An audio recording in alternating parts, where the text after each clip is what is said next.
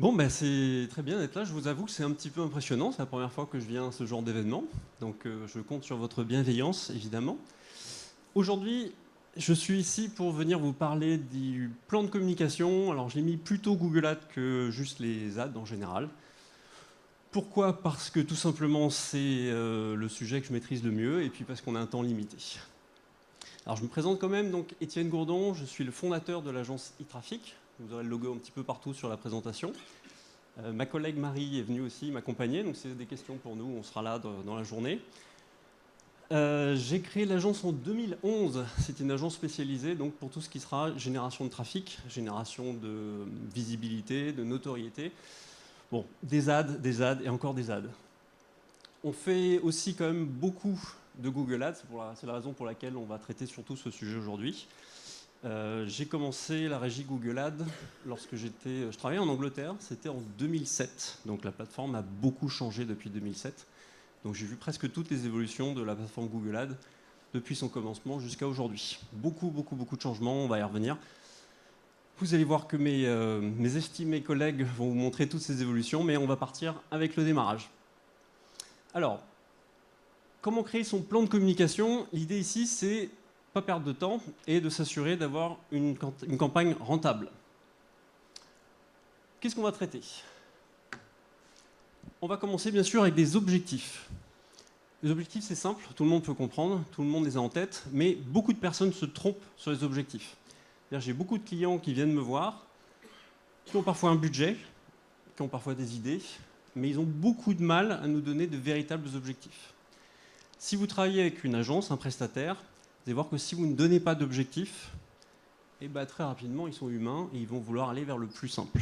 Donc, faire mieux peut-être que vous savez avant, mais pas forcément pousser plus loin, pas forcément se remettre en cause toutes les 5 minutes.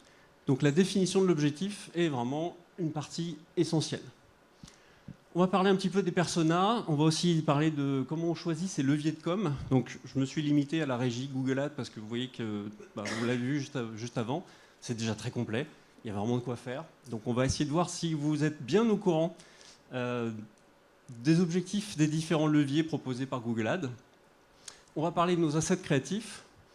Et puis, bien sûr, la partie qui fait mal, la partie budget, la partie performance et la partie pilotage. On commence tout de suite avec les objectifs. Alors, il existe plein de méthodes pour créer ces objectifs. Je pense que vous connaîtrez cette méthode habituelle, mais qui est toujours un bon point de démarrage. Et je vous dis qu'il sert toujours, hein, même avec mes clients. Je vois beaucoup de mes clients qui se trompent sur ces objectifs. Donc, on prend la méthode SMART. SMART, on va choisir un objectif spécifique. Qu'est-ce qu'on veut en détail? Mesurable, c'est-à-dire que je vais y fixer des objectifs chiffrés et je vais aussi réfléchir à les moyens de contrôle. Comment est-ce que je mesure ma performance? Atteignable, donc qu'il soit faisable tout simplement. Réaliste ou pertinent, comment est-ce que ça va accompagner mon business? Et puis limité dans le temps parce que il va falloir choisir un autre objectif, arriver à un certain temps. Vous m'entendez bien avec le micro? Merci. On prend quelques exemples. Ce sera plus simple que simplement discuter point par point. Vous êtes une association, pourquoi pas écolo, donc vous avez un message à faire passer. Vous allez voir un prestataire et vous lui dites « On souhaite faire connaître nos actions auprès du grand public. J'ai de la vidéo. » Ça tombe bien, donc très engageant. Comment est-ce qu'on va pouvoir l'utiliser? On utilise notre méthode SMART spécifique. J'ai besoin d'être visible. J'ai besoin de notoriété. Et en plus, j'ai besoin d'une cible précise, donc un public plutôt écolo, on va en trouver facilement. Et puis pourquoi pas des scolaires. J'ai besoin de faire de la... de toucher dès le plus jeune âge, de faire de la sensibilisation, excusez-moi, auprès des scolaires, des professeurs, des familles, sur tous ces sujets écolos. Comment je mesure? Qu'est-ce que je souhaite obtenir? Par exemple, 10 000 vues de vidéo sur chacun de ces deux groupes. Comment est-ce que je vais le contrôler? Je vais avoir l'utilisation des stats YouTube, si j'utilise YouTube ou Vimeo ou n'importe quel autre levier que vous souhaitez choisir. Donc ça, je serai capable de le contrôler assez facilement. Donc la vue, c'est souvent ce que je paye sur ces plateformes. Pas toujours, mais ce sera souvent le cas. Assez facile de remarquer mes vues. Atteignable, bon, parce que j'ai le budget. Je pense que là-dessus, on sera tous d'accord. Et est-ce que j'ai aussi un public qui sera suffisant? Là, j'ai pris quelque chose qui est quand même bien dans l'air du temps, a priori aucun problème dans notre cas précis. Réaliste. J'ai déjà une chaîne YouTube, j'ai déjà des vidéos, j'ai déjà des personnes qui interagissent avec. Le sujet est vraiment d'actualité, donc ce ne sera pas forcément très compliqué d'aller chercher des personnes qui sont intéressées sur tous ces sujets. L'actualité est telle en ce moment que c'est vraiment des sujets qui seront très souvent débattus, repris par des journalistes. Donc est-ce que c'est pertinent? Oui, certainement. Limité dans le temps, on a tous des objectifs à remplir dans un temps défini. Donc par exemple, avant la COP 23, avant la prochaine AG de l'association, etc., etc. À partir du moment où vous avez des dates, vous serez capable de contrôler à quel moment vous avez rempli vos objectifs. Bon, un autre exemple avec de l'e-commerce, je vais aller plus vite. Spécifique, je veux générer de la vente ou augmenter mon panier moyen. Combien? 70 000 euros de chiffre d'affaires. Je vais reprendre ce chiffre dans des exemples qu'on fera à la fin de cette présentation. Du suivi sur Google Ads, bien sûr, du suivi sur mon back-office de mon site, pour pouvoir contrôler si j'ai bien atteint cet objectif de chiffre d'affaires. Est-ce que c'est atteignable? Ambitieux, mais encore une fois, est-ce que j'ai le budget? Et est-ce que les délais sont suffisants? Et puis surtout, plus important à mon avis, est-ce que c'est réaliste? Ça passera par est-ce que j'ai un modèle économique qui fonctionne? J'ai eu plusieurs fois des clients qui sont venus me voir en me disant « Je souhaite lancer un site web, j'ai tels objectifs, j'ai besoin de Google Ads pour me permettre d'atteindre ces objectifs, mais j'ai jamais rien vendu. Mon site vient de se lancer, j'ai jamais rien fait. » 9 fois sur 10, on va se planter. C'est-à-dire que si votre site n'est pas déjà prêt à recevoir ce trafic, si vous n'avez pas déjà un petit peu d'activité, ce n'est pas Google Ads qui va vendre pour vous. Google ou Facebook ou ce que vous souhaitez. Donc il faut avant tout que j'ai avoir testé en quelque sorte le concept de mon site, le concept économique. Une fois que je sais que j'ai un public, que j'ai des gens qui vont l'acheter, enfin acheter mon produit, là je peux commencer à réfléchir à une stratégie Google Ads. Ça c'est une erreur vraiment classique.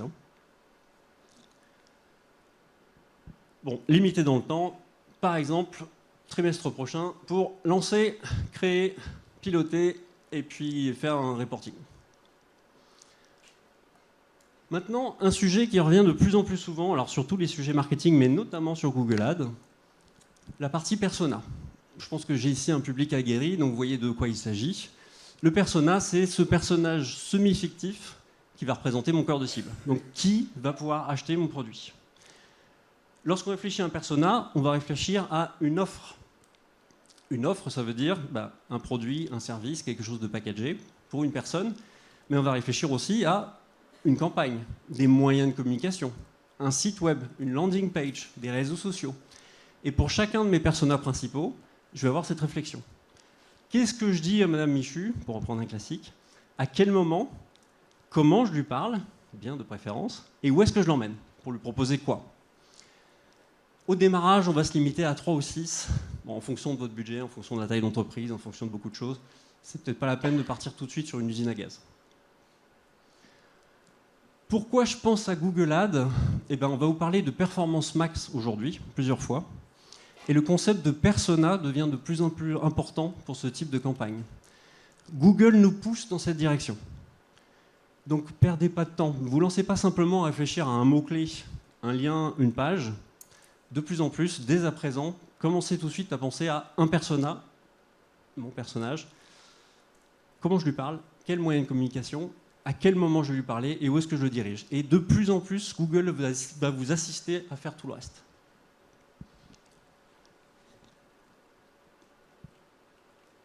Alors, on crée ces personas. Ça, c'est pris de HubSpot. S'il y en a qui connaissent HubSpot, vous reconnaissez peut-être aussi les graphismes. Donc, c'est des choses qui sont chères à HubSpot. Donc, on va retrouver très souvent leurs outils de création de personas. Bon, les critères, on les connaît. C'est quel type de personne, donc le profil démographique, l'âge, où est-ce qu'il réside, est-ce que c'est un homme, est-ce que c'est une femme, le niveau d'études, etc. Donc ça, vous connaissez. Si je suis notamment dans le B2B, quel type d'emploi va occuper ma cible? Quel poste, quel secteur, quelle société? Appartenance à des réseaux professionnels spécifiques. Alors c'est là où LinkedIn pourrait être intéressant. Donc je rejoins tout à fait mon collègue juste avant. LinkedIn, j'ai un peu du mal, parce que les CPC sont vraiment très élevés. Par contre, pour pouvoir aller toucher des personnes qui appartiennent à des groupes professionnels particuliers, là, ça s'avère intéressant. Parfois, on retrouvera les mêmes groupes sur Meta, mais en tout cas, cette appartenance à des réseaux professionnels, c'est souvent un bon point de départ pour tout votre ciblage B2B. Bon, ensuite, qu'est-ce qui les motive? Qu'est-ce qui les intéresse? Et puis surtout, qu'est-ce qui va les bloquer dans l'achat? Bon, je pense que ça, vous connaissez déjà. On avance. Ici, un exemple avec un de nos clients préférés. Et déjà, le premier aperçu de ce que donnent les nouvelles campagnes Performance Max. Je ne vais pas les détailler puisque ce sera le sujet de la fin de cette présentation. Mais quand je vous dis que Google nous assiste déjà, nous pousse à choisir le persona, ben vous voyez, c'est directement dans l'interface de Google Ads. Ici, j'ai deux types de personas que j'ai travaillés. Ici, on parle d'une école, donc une école d'art et de design. Ils sont présents dans toute la France, sur 11 campus, notre client préféré. Je ne sais pas s'ils ne sont pas là aujourd'hui. Non, ça va. Bon, okay. On a deux types de cibles qu'on souhaite traiter en priorité. D'un côté, les futurs étudiants, les gens qui vont s'inscrire à une école. Et puis de l'autre, et on l'a remarqué à maintes reprises, leurs parents. Et on constate la plupart du temps que ce sont les parents qui sont les plus actifs dans la recherche, dans le contact, et puis ceux qui vont finalement payer un chèque à la fin. Donc il ne faut surtout pas manquer cette cible-là. Mais on a deux cibles très différentes. On va avoir des jeunes gens, vous voyez, entre 18 et 24 ans qui viennent de passer le bac, ou un petit peu plus tard, puisqu'on peut rejoindre l'école un peu après, qui sont fans d'art et de design. Donc ceux-là, on peut les cibler, on les comprend, on sait qui on recherche. Mais de l'autre côté, celui qui va signer le chèque, c'est le parent. Et le parent, lui, il n'est peut-être pas passionné d'art et de design. Ce qui va évidemment compliquer la chose. Donc on va devoir se baser sur d'autres critères, sur d'autres signaux, sur d'autres comportements de recherche pour aller chercher ce type de cible. Et puis si vous voulez affiner un petit peu plus, eh bien, dans notre cas, on a aussi fait un affinage par type d'études recherchées. Donc par exemple de l'art et design classique, ou du design d'espace, du design de mode, du design d'architecture, enfin tout type de design qu'on pourra avoir. Donc gardez en tête que lorsque je me lance dans ma campagne, je vais commencer par faire ce travail.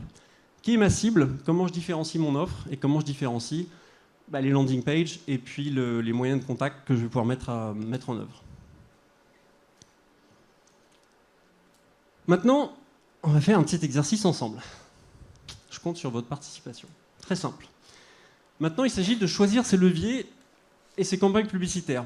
Je me suis limité à la régie Google Ads pour faire simple, parce que sinon, j'aurais pas le temps. Et on va essayer de bien différencier les différents objectifs qu'on peut atteindre avec nos leviers publicitaires. On va faire simple, j'ai limité à deux familles. À ma gauche, des leviers dits de visibilité. Alors qu'est-ce que c'est qu'un levier de visibilité? C'est tous les leviers qui vont servir à accroître votre image de marque, votre notoriété, ou dès lors que vous posez la question « Savez-vous que j'existe? Savez-vous que j'ai un produit? Savez-vous que c'est Black Friday? Savez-vous » etc., etc. Alors, vous aurez besoin d'un levier de visibilité. Pour résumer, ce seront tous les leviers qui vont générer de l'intérêt et donc de générer de la demande. À ma droite, des leviers d'acquisition. Ceux-là sont simples. Faire agir, faire acheter, faire consulter une page clé, faire télécharger un document, etc. etc. Bon, on parle ici de conversion. Et vous remarquez l'interdépendance entre les deux, puisque d'un côté, je vais générer de l'intérêt, je vais générer de la demande, et de l'autre, je vais pouvoir y répondre. Donc les deux sont bien interdépendants. Prenons quelques leviers de la régie Google Ads, et vous allez me dire à quelle famille il appartient. Alors, si vous voulez, vous pouvez faire des signes. Donc, visibilité, acquisition, vous pouvez faire un joli A, un triangle, ce que vous voulez, ou sinon, vous pouvez parler. Premier test, et j'ai beaucoup de gens qui se trompent à celle-ci. Le cœur du sujet, le SEM, donc le SEA plus SEO. Bon, je pense que si vous êtes là, vous savez déjà de quoi il s'agit. Donc, enfin, j'espère, hein, donc SEM, Search Engine Marketing, qui va reprendre l'advertising et l'optimisation, le référencement naturel. À quoi ça sert? Alors, j'ai du V, qu'est-ce que du V aussi. Ouais, il y a de l'acquisition aussi. Il y a beaucoup de gens qui préfèrent ne pas répondre. Pour l'instant, j'ai une majorité de visibilité. Marc? Les deux? Plutôt visibilité, c'est marrant. Ça me fait sourire parce que je fais beaucoup de formations sur ces sujets et on me répond systématiquement plutôt de la visibilité. Et bien là, je vais avoir l'honneur de vous décevoir, c'est plutôt de l'acquisition, selon mon point de vue. Et bravo, madame. Alors, pourquoi c'est pas un bon levier de visibilité ? Tout simplement, si je crée une nouvelle société, une nouvelle marque, un nouveau produit, et que je vais voir un prestataire Google, par exemple, et je dis, je souhaite être présent sur Google, puisqu'il y a beaucoup de gens qui vont sur Google, donc ça me donnera beaucoup de visibilité sur ma marque. Le problème, c'est que si votre marque n'est pas connue, votre produit n'est pas connu, personne ne va vous chercher. Donc en termes de visibilité, ça se pose là. Si ensuite vous allez sur des mots-clés généralistes, génériques, avec beaucoup de recherches, si votre produit ne correspond pas exactement aux mots-clés proposés, vous allez sans doute payer très cher et être assez peu pertinent. Donc en SEO, avoir des difficultés à se positionner en haut de la page, en SEA, payer pas mal. Par contre, dès lors que quelqu'un cherche votre produit, votre marque ou l'un des vos services, il y a de fortes chances qu'arrivé sur Google, il est déjà à carte blanche en main. Donc on est assez proche, on est plus proche en tout cas de l'action que de simplement se renseigner sur les services, sur à quoi ça sert. Donc pour moi, un levier massivement d'acquisition. Et puis surtout, si vous avez des besoins de visibilité, on peut faire beaucoup mieux avec d'autres outils. Désolé pour tous ceux qui ont répondu visibilité. Allez, une nouvelle chance. Le display. Alors, j'ai du V, j'ai du V, j'ai du V, du V. Ok, parfait. Vous avez tous tout à fait raison. C'est un excellent levier de visibilité. Pourquoi ? Parce que je ne suis pas dépendant de la recherche d'un mot-clé dans Google pour apparaître auprès de certaines audiences. Parce que je vais me baser sur leurs recherches précédentes, je vais me baser sur leur comportement, sur leurs intérêts, sur l'interaction précédente avec mon site. Et surtout, on l'a vu tout à l'heure avec certains prix, des CPC, des CPM, c'est pas cher le display, notamment à Google. Donc ça va me permettre de toucher énormément de personnes très rapidement, pour pas très cher. Donc un gros effet de visibilité. Attention, ça veut dire que si je lance une campagne de display, ça peut être normal de ne pas générer de conversion. Je mets des guillemets parce que ce ne sera pas toujours ce qu'on essaye de faire, mais ce n'est pas tout à fait anormal de ne pas faire de conversion. Il y a une exception à ça, je pense qu'on l'a dit peut-être que quelqu'un sait. Il y a des moments où on utilise le display à des fins vraiment d'acquisition. Ouais, le reciblage, exactement. On n'est pas là pour se faire connaître, ils nous connaissent déjà, puisqu'ils ont déjà été ciblés précédemment, ils ont déjà visité mon site web. Donc, c'est l'exception. Là, je vais pouvoir aller chercher du lead, de la vente, etc. Bon, facile. Ouais, j'ai un V. 2, 3, 4, 5. C'est bien l'effet de nombre. Vous avez raison. Très bon levier de visibilité, de notoriété. Et ce qu'on a dit juste avant, en plus, ça va me permettre d'en dire beaucoup plus qu'une bannière. Donc, avec de la vidéo, j'ai beaucoup plus d'impact qu'avec une simple bannière. Le shopping, bon, ouais. Ah, l'acquisition. Évidemment, si je fais du shopping, je suis là pour vendre des produits. Aucun doute là-dessus. Gmail, ça c'est un spécial, parce que l'email advertising, il n'a pas forcément le même but que Gmail Ad. Je ne sais pas si certains d'entre vous voient la différence. C'est surtout dans le ciblage. Est-ce qu'il y en a qui veulent tenter une réponse ?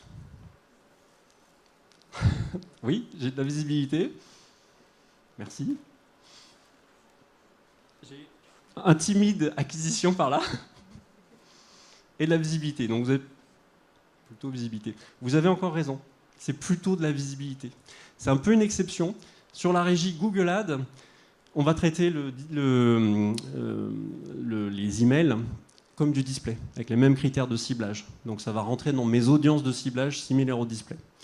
Sur d'autres régies plus classiques, si vous envoyez de l'email, c'est plutôt pour aller chercher des clients déjà existants, des prospects chauds, c'est pour faire de la fidélisation, etc. Et là, on sera vraiment dans une démarche d'acquisition. Donc c'est un petit peu différent avec Google.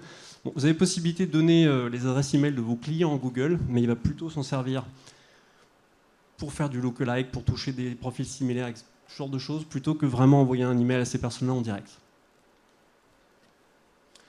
Bon, et ensuite, le petit nouveau. Alors celui-là, il est traître. Peut-être que vous ne le connaissez pas, je vous le présente en 2 mots parce que ça va être traité en long, en large et en travers juste après moi. Performance Max, c'est en une campagne, j'apparais sur tous les leviers Google Ads. Donc tout ce qu'on vient de voir là juste à présent, une seule campagne, j'apparais sur tous à la fois. Donc ça mélange de la visibilité et de l'acquisition. Cependant, Google, quand même, nous a clairement indiqué qu'il y a une fonction à ces campagnes-là. Peut-être que certains d'entre vous connaissent.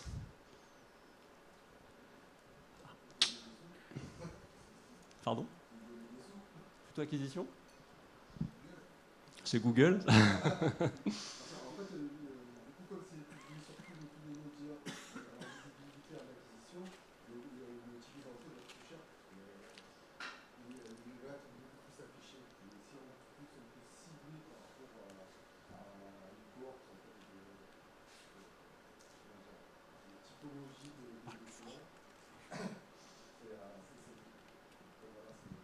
Donc, plutôt de l'acquisition.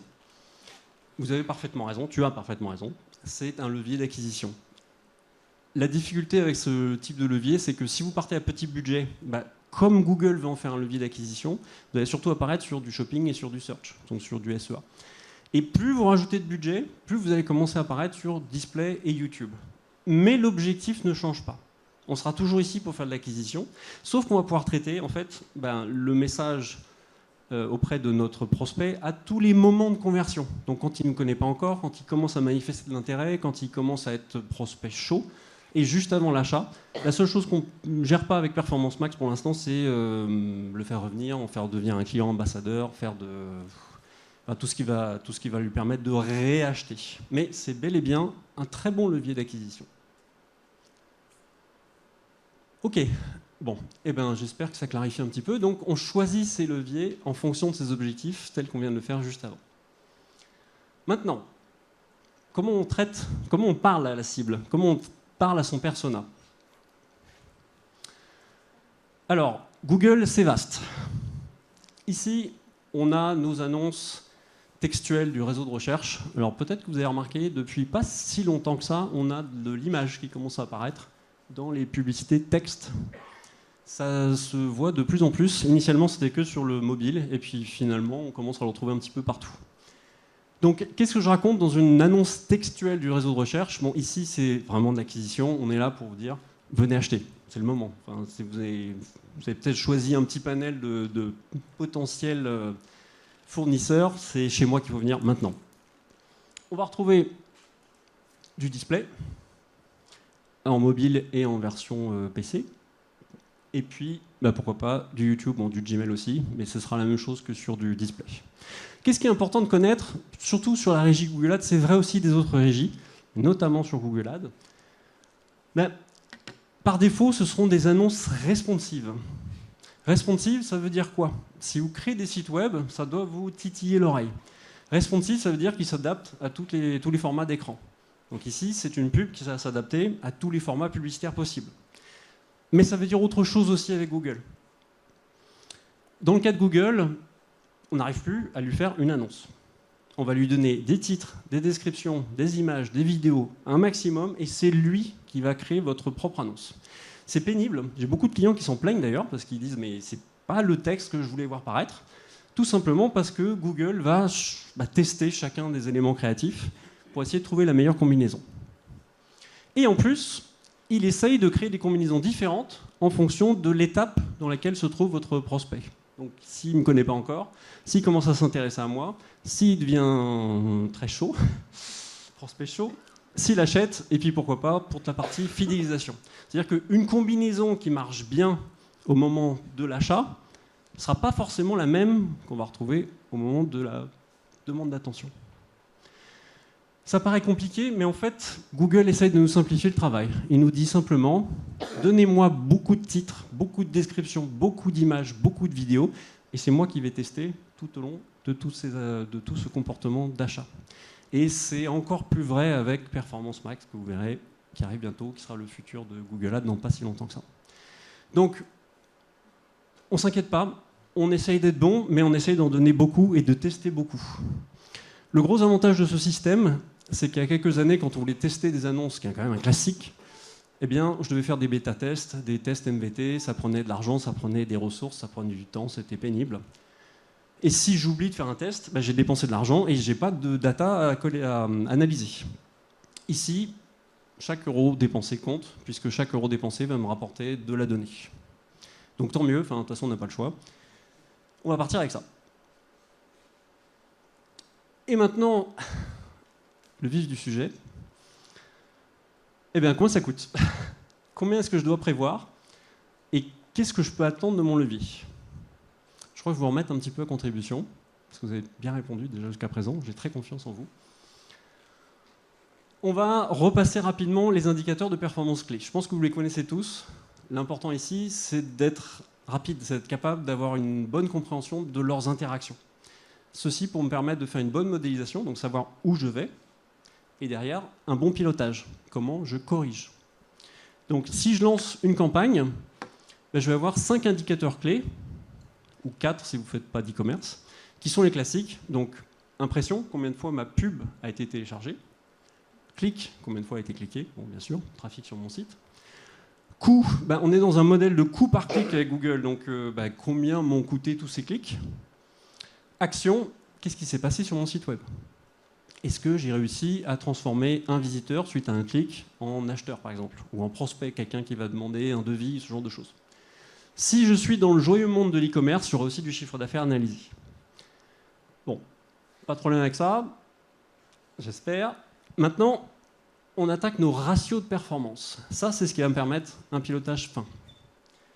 Entre mes impressions et mes clics, je vais obtenir ce qu'on appelle un taux de clic. Le CTR, pour en anglais click-through rate, mais honnêtement, en français, c'est quand même beaucoup plus la classe avec taux de clic. À quoi ça sert? Est-ce que les personnes qui ont vu mon annonce ont cliqué dessus, oui ou non? Est-ce que j'ai fait un bon ciblage? Est-ce que je suis bien positionné? Est-ce que je suis bien visible? Dans le cas de Google Ads, aussi le taux de clic est fondamental pour ce qu'on appellera le score de qualité. Donc est-ce que, aux yeux de Google, je fais un bon travail et j'apporte de la pertinence et de la valeur à ses clients, à ses utilisateurs?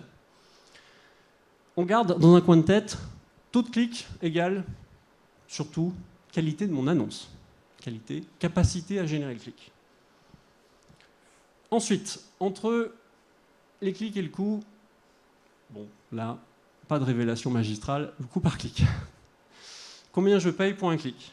Bon, celui-là, pas de problème particulier.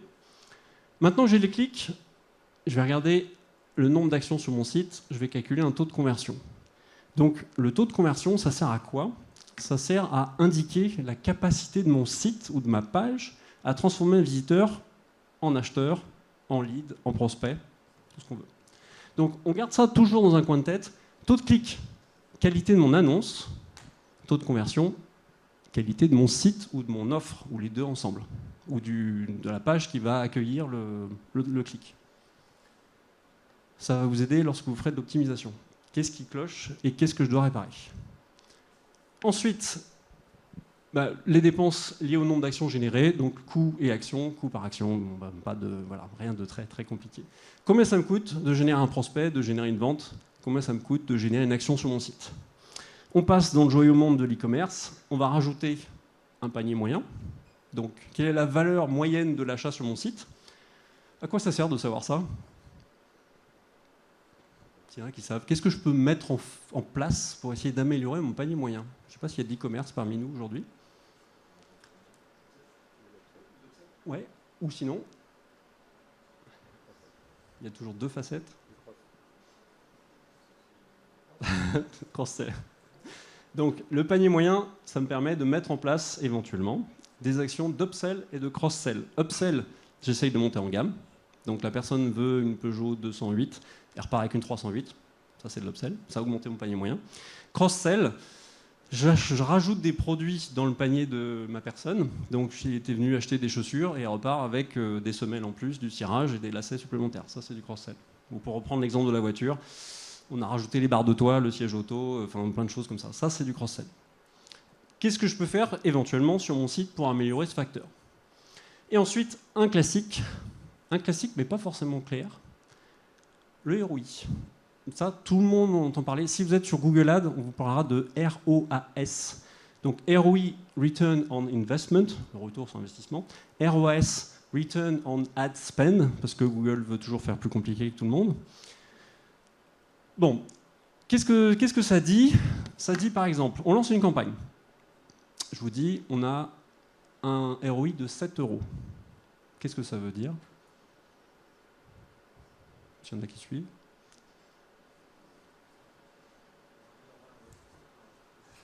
Parlez plus fort, s'il vous plaît. C'est ça. Pour chaque euro que j'investis, j'en ai gagné 7. Maintenant, si je vends des produits et je vous dis j'ai 15% de marge sur mon produit et j'ai un ROI de 7,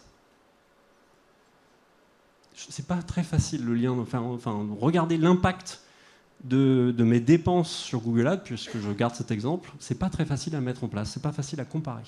Donc je vous propose un autre indicateur moins connu, enfin peut-être que vous le connaissez déjà, qu'on va appeler le... Donc je l'ai appris en Angleterre, donc ça s'appelait le cost of sale en Angleterre, coût de la vente en français, c'est la formule contraire. Donc plutôt que de faire du chiffre d'affaires divisé par mon coût, je vais faire le coût divisé par le chiffre d'affaires, j'en fais un joli pourcentage, et je vais vous dire, ben, j'ai lancé une campagne Google Ads, j'ai un cost of sale de 6%.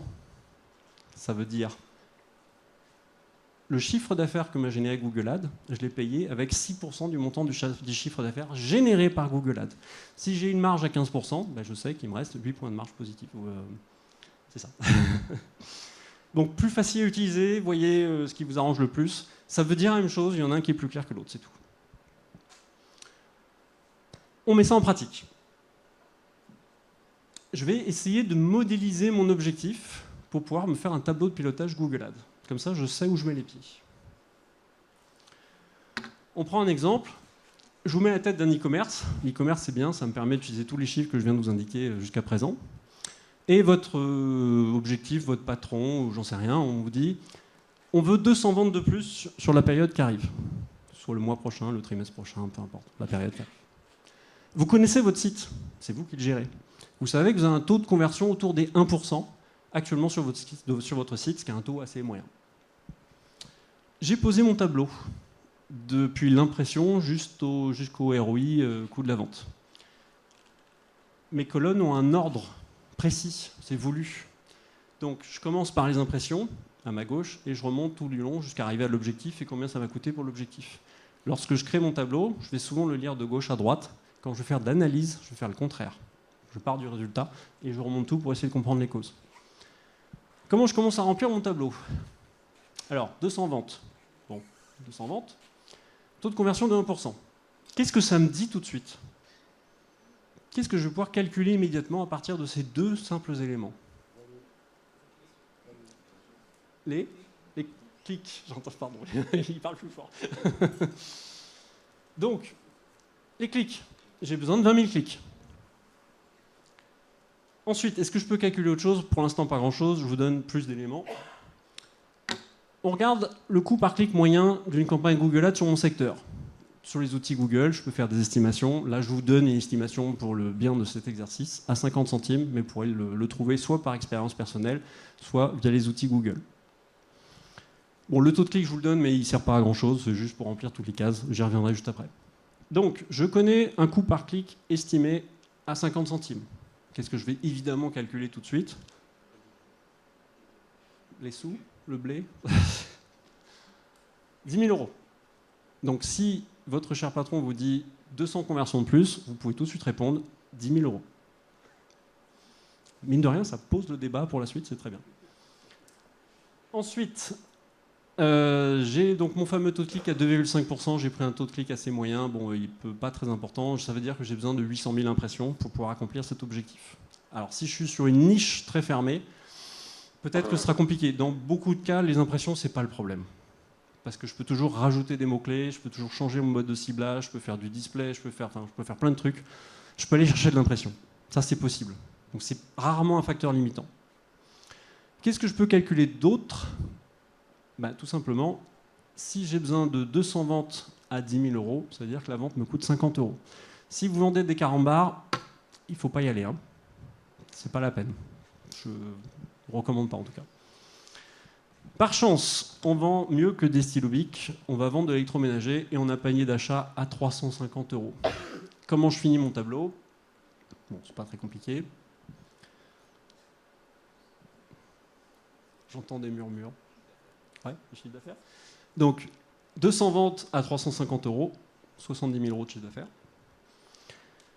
Comment je calcule mon ROI? C'est le chiffre d'affaires divisé par le budget. Alors ça tombe bien, par un hasard, ça tombe juste.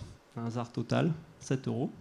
Le cost, il est plus dur à calculer, mais sinon c'est la formule inverse, donc on sera à 14,3%. Ça veut dire quoi? Si ma machine à laver a une marge de 3%, je perds de l'argent.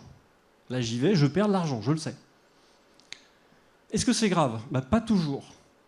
Si j'ai une volonté de faire de l'investissement pour gagner de la part de marché, pourquoi pas? Pourquoi pas? On peut vouloir y aller dans cet objectif-là. Mais au moins, j'ai pris la décision de façon rationnelle et stratégique. Si je n'avais pas fait ce tableau avant, je vais essayer de générer 200 conversions et puis advienne que pourra. Là, au moins, je suis capable de prendre la décision. Et puis, bon, peut-être que j'ai d'autres moyens d'augmenter mon panier moyen pour faire de la marge. Donc, par exemple, vendre de la garantie, vendre de l'assistance, plein de choses. Donc, il y a plein de scénarios possibles qui pourraient vous pousser à y aller, même si vous pensez perdre de l'argent ou si la marge est trop faible. À quoi va me servir le tableau en plus de ces éléments? Eh bien, pour mon pilotage. Le patron ou moi-même, je décide, ok, ça c'est bon, on y va. Si on atteint ça, c'est le succès. Ça, c'est la représentation du succès de ma campagne. Que vous pouvez donner à vos prestataires Google Ads, par exemple. Je veux ça. Ça, c'est clair, précis. Eh bien, en termes de pilotage, comment est-ce que je peux le traiter? Si je fais un point à mi-campagne, ça veut dire j'ai un budget 5 000 euros dépensés. Mi-campagne. Si j'ai pas 35 000 euros de chiffre d'affaires ici, qu'est-ce que je fais? Je m'assois par terre, je panique. Je peux faire mieux que ça. Eh bien, je peux regarder mon tableau, surtout en partant de la droite, remonter vers la gauche et essayer d'expliciter ce qui peut poser problème et trouver une remédiation. Donc, si j'ai pas mon 35 000 euros de chiffre d'affaires ici, je sais que le ROI et le cost, ils sont dans les choux, ils ne seront pas bons, ils ne seront pas au bon niveau. Je remonte d'un cran. Si mon panier moyen est plus faible que ce que j'avais estimé, qu'est-ce que je peux faire? Alors, on l'a dit tout à l'heure, de l'upsell ou du cross-sell. Comment je fais ça? Moi, je pilote une campagne Google Ads, je ne pilote pas un site web. Comment je peux faire ça? Par exemple, peut-être en changeant mes landing pages. Plutôt que de renvoyer vers la page d'accueil qui contient les produits d'appel les moins chers du site, peut-être que je peux diversifier un petit peu mon trafic et envoyer sur plus de produits, peut-être de meilleure qualité. Donc je peux faire quelque chose. Si je fais ce genre de modification, qu'est-ce que je risque? Qu'est-ce qui va peut-être se déglinguer dans mon tableau? Je ne sais pas si vous avez des idées. Le taux de conversion, bien sûr. Si j'envoie vers des produits plus chers, peut-être que mon taux va baisser. Si c'est ça le problème, soit qu'on soit bien à 350 euros, mais que le taux de conversion soit plus faible, soit que le panier moyen soit pas au niveau attendu, et j'ai besoin de toucher mon taux de conversion, de l'augmenter, qu'est-ce que je fais? Pareil, je m'assois par terre en disant ça ne marche pas. Ou soit, dans ma campagne, je suis déjà capable de diversifier mon budget, de répartir mon budget en fonction des campagnes qui ont un taux de conversion de 1% ou plus, et couper tout ce qui ne fonctionne pas. Au niveau de chacune de mes campagnes, je peux faire la même chose avec mes mots-clés. Donc plutôt que de rester assis à attendre que ça passe, je suis capable de couper tout ce qui ne fonctionne pas et réattribuer le budget là où ça a le plus de sens. Mon estimé collègue, juste avant, vous disait que le boulot d'une campagne Google Ads, ça se passe dès que vous avez lancé. Ça, c'est votre levier le plus puissant sur l'optimisation. Où est-ce que je mets le budget? C'est la première chose qu'on fait, et c'est là où vous aurez le plus d'effet. Bon, si ce n'est pas le taux de conversion qui est un problème, qu'est-ce qu'il peut y avoir d'autre? Soit mon coût par clic est plus élevé que prévu, et du coup, je n'ai pas le bon volume de clics, donc je n'aurai pas le bon volume de vente. Qu'est-ce que je fais? Je change ma stratégie d'enchère, je coupe les mots-clés qui sont trop chers et qui ne rapportent rien. Enfin, je peux encore faire beaucoup d'optimisation. Si c'est le volume de clics qui est toujours pas bon, et que ce n'est pas le coût par clic un problème, dans ces cas-là, peut-être que mon taux de clic est plus bas ou que le nombre d'impressions est trop faible. Donc là, je revois mes annonces, je revois mes bannières, je revois mon ciblage. Et si j'ai trop peu d'impressions, peut-être que je suis en train de cibler une niche toute petite qui ne va pas permettre d'avoir le résultat. En tout cas, je suis capable de faire quelque chose. Je ne vais pas rester là sans rien faire. Je peux vraiment agir sur ma performance. C'est le gros avantage d'une plateforme comme celle de Google Ads, Facebook Ads, etc. aussi, par rapport à de la presse, par rapport à de l'affichage dans la rue, par rapport à de la télé, c'est que je peux contrôler ma performance. On se prend un vrai exemple. Je reprends mon école d'art et design, mon client préféré. Qu'est-ce qu'ils m'ont dit cette année? Pas plus tard qu'il y a 2 mois, ils m'ont dit, écoute, cette année, on veut 20% de leads en plus par rapport à l'année précédente et un coût d'acquisition à 40 €. Alors, sachant que des études qui vont vous amener peut-être jusqu'à Bac+5 dans une école privée, c'est cher, enfin c'est le prix, non, enfin c'est le prix, mais c'est plus que 40 €. Donc 40 € c'est agressif, c'est rentable, c'est intéressant. Ils veulent aussi 10% du budget alloué à de la notoriété. Bon, ça c'est pas très compliqué, il faut juste qu'il faut le prendre en compte, c'est tout. Et puis, la possibilité d'avoir une certaine gymnastique en cours de route. C'est-à-dire qu'en début d'année, enfin en ce moment, on fait de la communication générale. Et puis au fur et à mesure qu'on se rapproche de la rentrée, il faut être capable d'envoyer du budget dans les campus les plus en souffrance. Donc si le campus de Paris est plein jusqu'en haut, mais que le campus de Marseille est vide, je dois contrôler où est-ce que j'envoie du trafic, où est-ce que j'envoie du lead. Donc il faut que je sois capable de rediriger aux bons endroits, au bon moment, en fonction de la demande du business. Qu'est-ce qu'on fait? On prépare notre plan d'acquisition. On prépare nos personas. Vous avez vu tout à l'heure, donc parents, étudiants, par type d'intérêt, de formation recherchée. Une répartition budgétaire qui va prendre en compte des temps forts. Donc à quel moment on fait de la recherche d'informations classiques, à quel moment on commence à développer de la considération pour 2-3 écoles qui nous semblent intéressantes, à quel moment on a des événements type journée porte ouverte, réunions d'information, les inscriptions, enfin plein de choses qu'on va pouvoir faire pendant les temps forts de l'année. Et puis bien sûr, et ça c'est un élément vraiment essentiel, je m'assure de mon tracking, je m'assure de suivre les événements qui vont pouvoir se passer sur le site de cette école. Donc on pourrait suivre simplement les inscriptions, mais on va se réduire de beaucoup sur les informations que le prospect va me donner. Quelqu'un qui télécharge une brochure, il marque son intérêt, il me dit que ça l'intéresse de participer par exemple à cette école. Celui qui vient à une réunion d'information, pareil, je dois le traiter différemment. C'est un lead. C'est pas un lead aussi chaud que quelqu'un qui va télécharger un dossier d'inscription, mais c'est une information extrêmement importante pour la suite. Et toutes ces informations-là, je dois les faire remonter dans ma plateforme. Celui qui participe aux portes ouvertes, c'est pareil. Celui qui m'appelle, celui qui contacte, celui qui se déplace directement dans l'école, et on peut le suivre avec Google Ads. Donc les visites en magasin, ça s'appelle. Bon, là, c'est pas un magasin, mais ça marche quand même.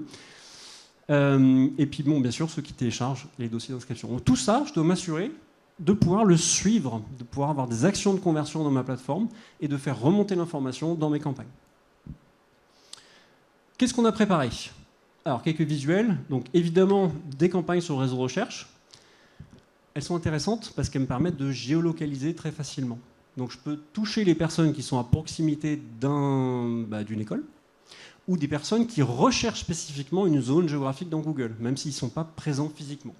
Donc ça me permet de répondre à cette espèce de gymnastique demandée par le client, envoyer du lead là où j'en ai besoin. On fait du performance max, là c'est plus national, donc ça va nous permettre d'aller chercher du lead à un petit peu moins cher. Vous verrez avec performance max, je ne veux pas prendre d'avance sur la prochaine conférence, comme on est capable d'apparaître sur tout un tas de leviers différents, on arrive souvent à avoir des taux de conversion assez proches, voire supérieur des fois, au réseau de recherche, mais d'aller chercher des clics moins chers. Parce que j'ai un inventaire qui est plus grand, donc je vais être capable d'aller chercher parfois du clic à un moins cher. Oula, j'ai plus beaucoup de temps. Ensuite, des campagnes YouTube pour la notoriété et la considération. Et il y a d'autres intérêts à YouTube, mais bon, globalement, une vidéo, ça en dit beaucoup plus qu'une simple image. Du display pour faire de la visibilité sur certaines zones géographiques en difficulté. Et puis, parce qu'on touche surtout les parents des futurs étudiants avec tout ce que je viens de vous dire, du TikTok pour enfin intéresser les étudiants à leur propre avenir. On en est là, hein, mais bon. Mais bon, on s'y met, on y va. Donc, on prépare aussi un peu de TikTok pour cette cible en particulier. Je termine très rapidement. Quelques résultats, donc je n'ai pas beaucoup de résultats parce que ça fait 2 mois que ça tourne. Ils ont doublé le budget, bon, il faut quand même le dire, hein, par honnêteté. On a triplé les leads. Et ça, beaucoup via Performance Max. Le coût par acquisition passe à 24 €. On a un objectif de 40 €. Alors franchement, une personne qui s'inscrit à une école pour 5 ans et qui va payer plusieurs milliers d'euros par an, c'est intéressant. C'est vraiment rentable. En termes de notoriété, visibilité, bon, on est déjà à 3,5 millions d'impressions en display. Ce n'est pas tellement ce qui m'intéresse le plus. Bon, et 92 000 clics, c'est pas mal. Par contre, grâce à la bonne utilisation des stratégies d'enchères de Google et en lui envoyant la bonne information au bon moment, on a fait une baisse du coût par clic de 71%. L'an dernier, je payais 10 centimes, j'étais content, c'était bien. Cette année, on paye 3 centimes, je suis très content. Et ensuite, de la notoriété grâce à YouTube, donc on a fait beaucoup de vues YouTube. Et là encore, ce qui m'intéresse ici, c'est que je paye à la vue, principalement. Alors vous pouvez payer au CPM, vous pouvez payer différentes façons. Et ici, je suis intéressé par le coût par vue, puisque je suis à 1 centime d'euro. Et là, non, oui, 1 centime d'euro. Je ne peux pas faire mieux. Enfin, ça va être difficile de faire mieux que ça. D'où ça sort? Bon, beaucoup Performance Max. Donc je vous fais un peu de teasing pour la suite des formations. Et puis bien sûr, bonne qualité d'informations qu'on fait remonter dans la plateforme. Et le temps est écoulé. C'est bien? C'est bien parce que c'est pile au bon moment.